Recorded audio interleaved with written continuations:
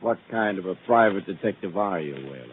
Good, Bruce. They're the best, so you wouldn't have hired me. I wonder about that. Watch the tone of voice, Bruce, or I don't like it. All right. I'm sorry, Whalen. But I want action. You're getting it. But it's too slow. I hired you 2 months ago to get something on Lester Allen, and what have you done? Nothing.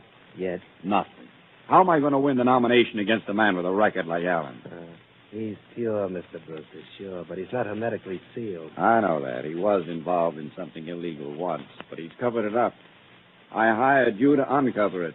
Now, why haven't you? Look, Brewster, when you hired me, you hired a detective, not a P-38. I worked slowly, but I get there just the same. You made any progress at all? You'd be surprised. Surprise me, then. Boston Blackie knows what Allen did wrong a few years back. I told you Boston Blackie knew about Allen's illegal jaunt. Blackie was the one who caught him at it, but he won't talk. Don't worry, Mr. Brewster. I found somebody else who knows about Allen and will talk. Who? A dame who came into my office this morning. What does she know about Allen? Everything Boston Blackie knows. What makes you think so? She's Mrs. Boston Blackie.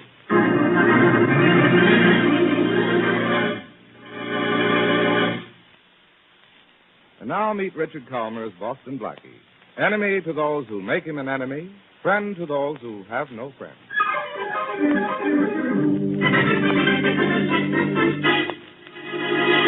I'm awfully glad you had a moment to see me, Mr. Allen. Blackie's told me so much about you. Oh, you're Mrs. Boston Blackie. Well, this is certainly a surprise.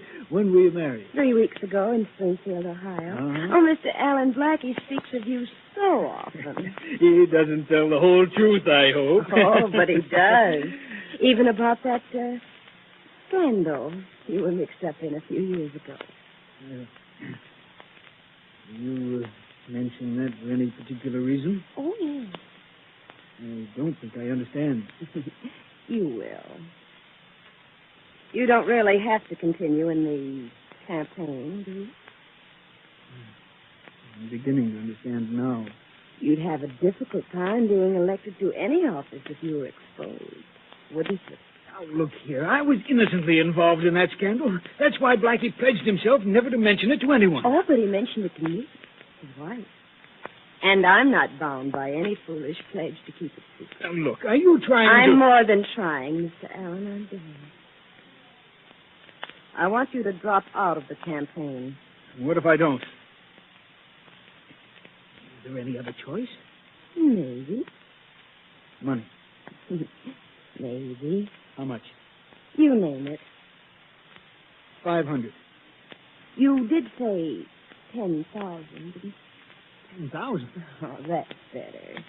Look, how do I know once I pay you... You'll you won't- just have to trust me. And of course, you can be trusted. I don't like sarcasm, Mr. Allen. Just money. How do you want it? In cash. And in small bills. You did say you were Mrs. Boston Blackie, didn't you? Well, of course I'm Mrs. Boston Blackie. Why? Why? Because you sound to me more like Mrs. Boston Blackmail.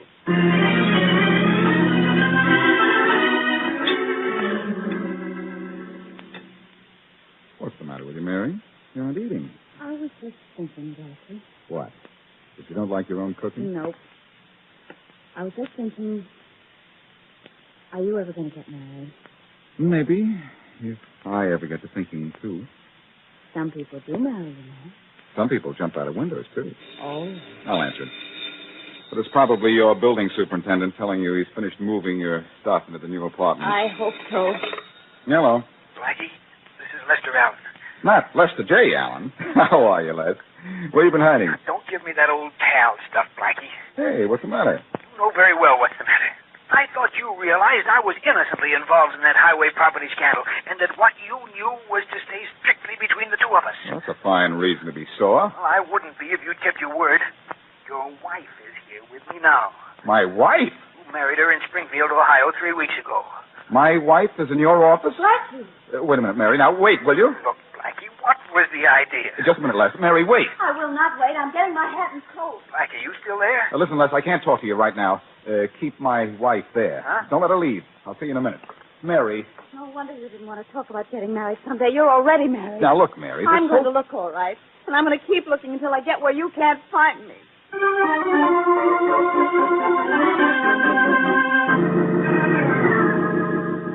She's still here, Les? In my den, Blackie. And you have a lot of explaining to do. She knows about that construction scam. Oh, does she? Well, she implied as much. You have a guilty conscience, that's all. I put in a call to Springfield. It'll come here, if you don't mind. Where is your den? This way. I didn't tell her you were coming. Managed to slip away while she was waiting for the money and phone. Good. Come on in. But, darling, what are you doing here? You said you weren't coming. I couldn't stay away from you another moment, sugar. Oh, you sweet thing. You're the most wonderful husband in the world. No, I wouldn't say. Huh? Blackie. Then she is your wife. Well, of course I'm his wife, Miss Wright. Oh, yeah. Tell the bewildered man all about it, darling. You mean how we met at the Mountain Inn in New Hampshire last August? Mm-hmm, if you wish. Blackie, you did spend last August at the Mountain Inn. Of course I did. Darling, why aren't you wearing your lovely brown suit? The one with the thin white stripe. You look so nice in that. Oh, you don't love me just for my clothes, do you, darling? Well, Blackie, this convinces me. I was with you when you bought that suit. I knew I Must should we never... stay here any longer, darling? Let's go to Martin's for dinner. That's your favorite place. No, dear, let's I've go over heard to... enough from both of you. This girl is your wife, Blackie, or she wouldn't know so much about you. Let's go, darling. You go ahead. I'll meet you later. All right.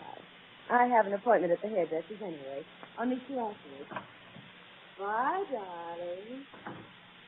I think you'd better leave too, Blackie. I've had enough of you Les, and your... I've never seen that girl before in my life. What? Then how did she know enough about me and that construction scandal to blackmail me? That girl blackmailed you? $10,000. Well, look, Les.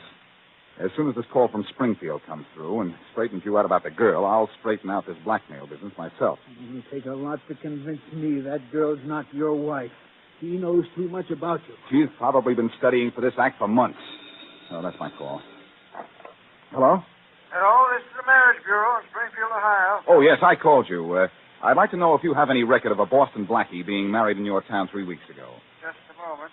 Look, lad, this will straighten you out about the girl. Now, don't worry. And then what about my $10,000? You shouldn't have paid it until you got in touch with me. That girl was so convincing. Yeah, I can believe Hello? that. Yes? You want to know if a man by the name of Boston Blackie got married here? You have no record of any such marriage? Who wants to know? I do. I'm Boston Blackie. What's the matter with you, young man? What have you got besides a wife? A case of amnesia? Boston Blackie was married in your town? Sure he was. To Joan Blake just 3 weeks ago. Well, look, the must be... Look. If this is your idea of a joke, I don't like it. I don't have time to waste. Goodbye. Hello? Hello? Hello? Well? A man by the name of Boston Blackie was married to Joan Blake in Springfield, all right. Blackie, why are you doing this to me? I trusted you. Don't you understand, Les? This whole thing is faked. Nobody knows anything about you except me. And I haven't talked, and I'm not married to that girl. I'd like to think you wouldn't like me, but who would and why? I don't know, but I'll find out. I can find out where my wife is living. She told me when she first came in that she was living at the Walton House until you could find a larger apartment. The Walton House, huh? I'll go down there and see her. Yeah, and oh, by the way, a young lady seemed interested in going to see Mrs. Boston Blackie, too. She phoned here just after I spoke to you on the phone. Her name is Mary Wesley. Mary called here? Yeah, I gave her the Walton House address. Did I do anything wrong? You're batting 100% today, Les. So far, you haven't done anything right.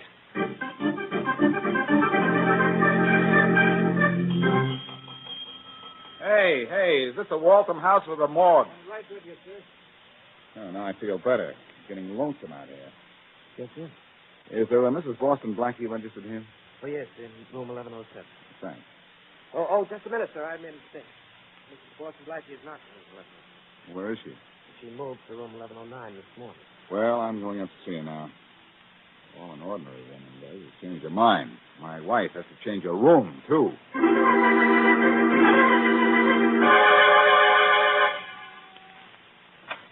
I'd like to speak to... Well, Inspector Faraday. I would not like to speak to you. All right, Blackie. I thought you'd have better sense than to come back. Get in here. Sure. And stop waving that gun in my face. Look, Faraday, be as stupid as you want to on your own time, but not on mine. I came here to talk... Wow. I don't act surprised, Blackie. She's not sleeping. She's been shot. She's dead. And you killed her. I killed her. I only saw her once in my life. So it was love at first sight. You married her. I have this certificate to prove it. Listen. Bride, Joan Blake.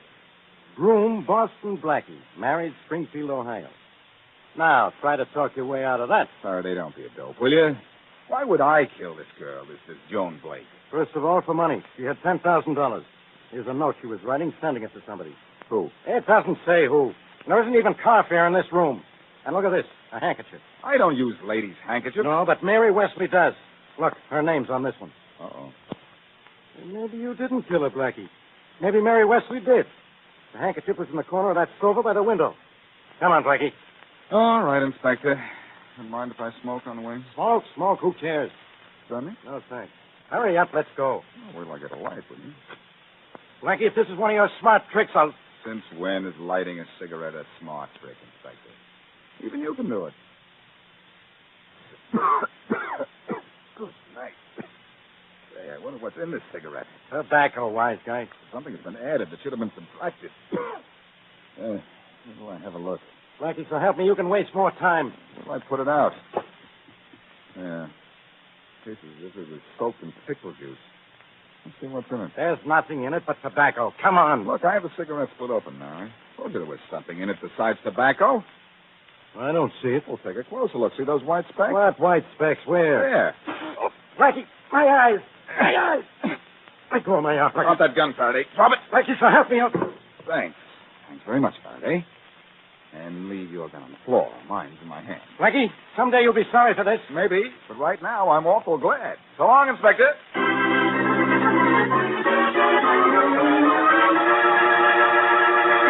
Now back to Boston Blackie.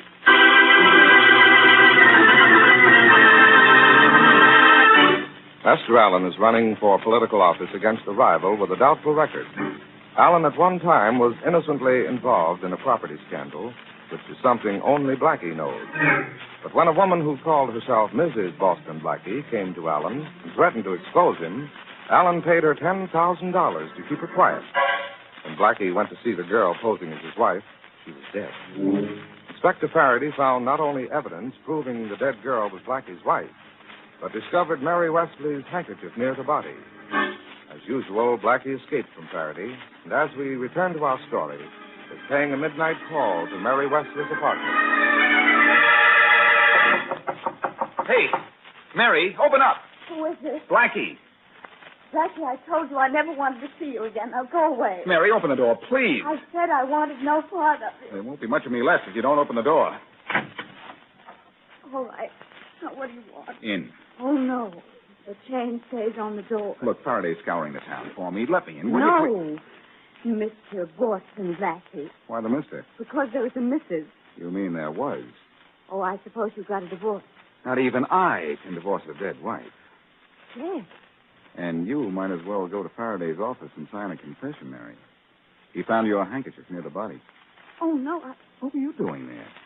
Well, I wanted to see for myself what kind of a fool would be fool enough to marry you. I'm not married to that girl or anybody. Oh, Blackie, she showed me proof. Give me 24 hours and I could prove to you that we were married in 1863. Blackie, you're sure you're not married to that girl? I'm not and never was. Blackie, are you telling me the truth? Well, what do you want me to do to prove it? To chew on this door chain? All right, I'm sorry, darling. I'll unhook it. Never mind. All I wanted you to know is that you left your handkerchief in that girl's room. Oh, golly. What am I going to do? You're going to stay here. Faraday doesn't know that you've moved to this new apartment. I'm going over to see Les Allen. I think he can tell me more, or I don't know less.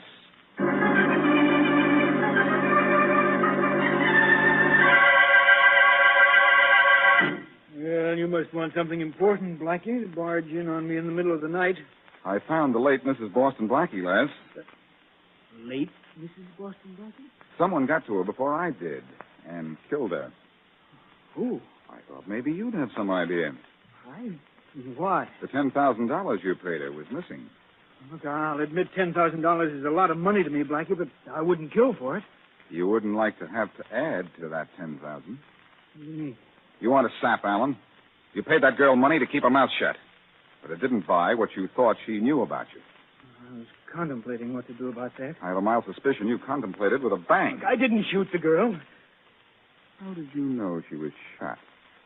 Well, didn't you say so? I merely said she was killed. I didn't say how. I took it for granted. It just so happens that she was shot. Blackie, I didn't kill her.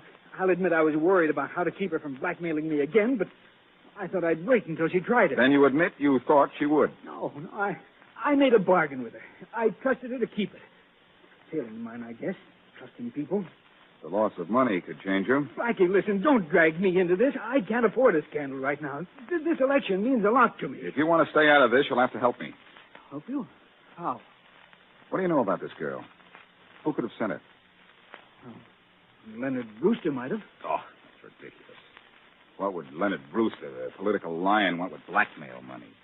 He could buy and sell you 50 times. Brewster is a political lion, all right, but he could have sent that girl to me trying to force me out of the race. Well, I'd better go see Brewster at his house. And if anybody calls while I'm there, they'll find the lion is busy.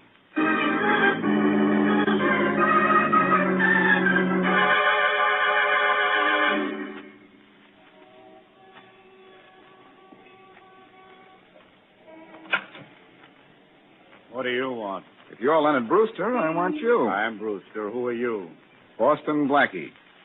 And, of course, you'll invite me in. Thanks. Look here, I won't stand for being disturbed this time of the morning. Then I'll make it brief. Did you know a girl posing as Mrs. Boston Blackie? What's it to you? She was murdered yesterday. Murdered? And I happen to know you sent her to Lester Allen trying to force him out of the campaign. What if I did? The last I saw her was in her hotel room Tuesday. She was very cordial. We sat on the sofa by the window and talked over my business proposition. She accepted, of course. No, she didn't. She suddenly turned cold as ice and said she'd do the job for $10,000 or else. Or else what? Or else she'd tell Lester Allen that I sent her to him, and that's all Allen would need for me to force me out of the campaign. So you paid? I did not. That was blackmail. I got up and left. That's the last I saw of her. How did you happen to go to her in the first place? Well, Jim Whalen, a private detective, set me up to her. He said she was your wife. I sure would have liked to talk to her, even on the telephone, before she was murdered. Too bad I didn't have time to give my wife a ring.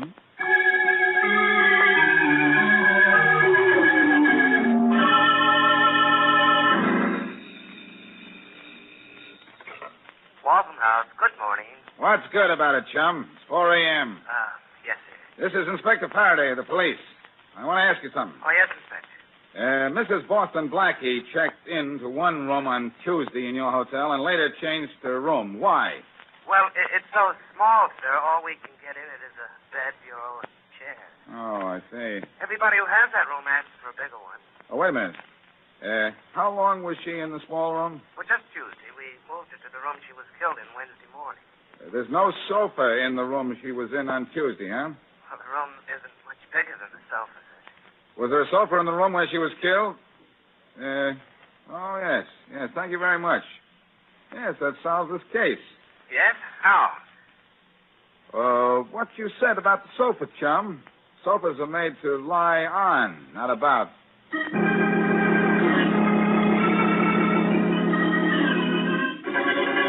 Okay, Blackie, wake up.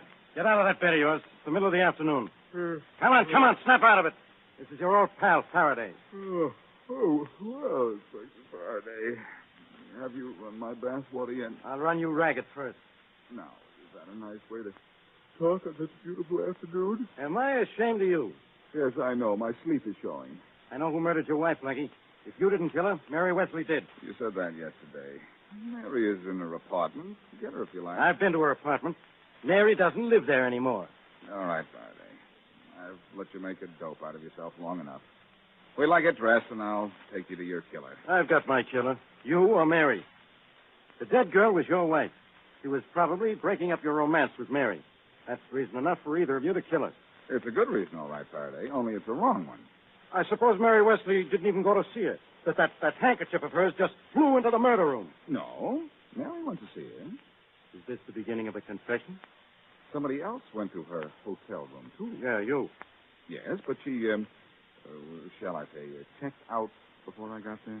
Who else came up to see her? Our killer. Look, quit stalling. Get dressed. Give me 30 minutes, Faraday.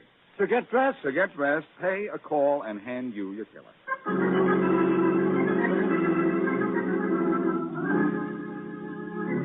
I'm sorry to bother you again after this morning, Mr. Brewster. That's perfectly all right, Blackie. You found out more about that girl who was killed? No, nobody seems to know anything about her. That's why I've come back to you. Oh. I thought perhaps if you retold me the story of how you went to see her and what happened, I might get some clue as to her real identity. I see. Sort of character reference, you might say. The character is the word, all right. Could you tell me the story just as you told it to me when I called before? Of course. I went up to her room at the Waltham house to talk about her going to see Lester Allen. What day was this? Tuesday in the afternoon. Mm-hmm. Go on. Well, as I told you, she was very friendly. Made me a drink. We sat on the sofa. The sofa was where? Why, by the window. Oh, that's right. You talked about the view? Yes. Then we talked business. When I discovered her business was blackmail, I got up and left. And that was the last I saw of her. You never saw her after Tuesday? Definitely not. Leaving so soon? No, I'm not leaving. I just want someone else to join us. Come on in, Faraday. All right, Brewster, don't move. What is the reason for all this? You heard this little Tuesday afternoon story, Faraday, about the sofa? Every word. I'm arresting you, Brewster, for the murder of Mrs. Boston Blackie. How can you say I killed anyone? I don't have to say it, Brewster. You said it yourself when you said you sat on a sofa in the murder room on Tuesday. Well, what does that prove? The room the murdered woman was in on Tuesday had no sofa in it, which proved that you lied. You didn't see her on Tuesday. You went to her room on Wednesday, when she was in the room with the sofa, and killed her. Really? For what reason? I have your reason, Brewster. On Wednesday, when you saw the girl, you had already been to see Allen. And instead of forcing him to withdraw from the campaign, which is what you paid her to do, she merely blackmailed him, which didn't serve your purpose. Is that so? Yes, that's so. When you got sore, she threatened to blackmail you, too. And with your record, she had plenty to blackmail you for. So, like the nice little boy that you are, you killed her. Come on, Brewster. I'm taking you down to headquarters. Hey, Brewster, I just had a thought. Isn't it ironic that a sofa is going to send you to the chair?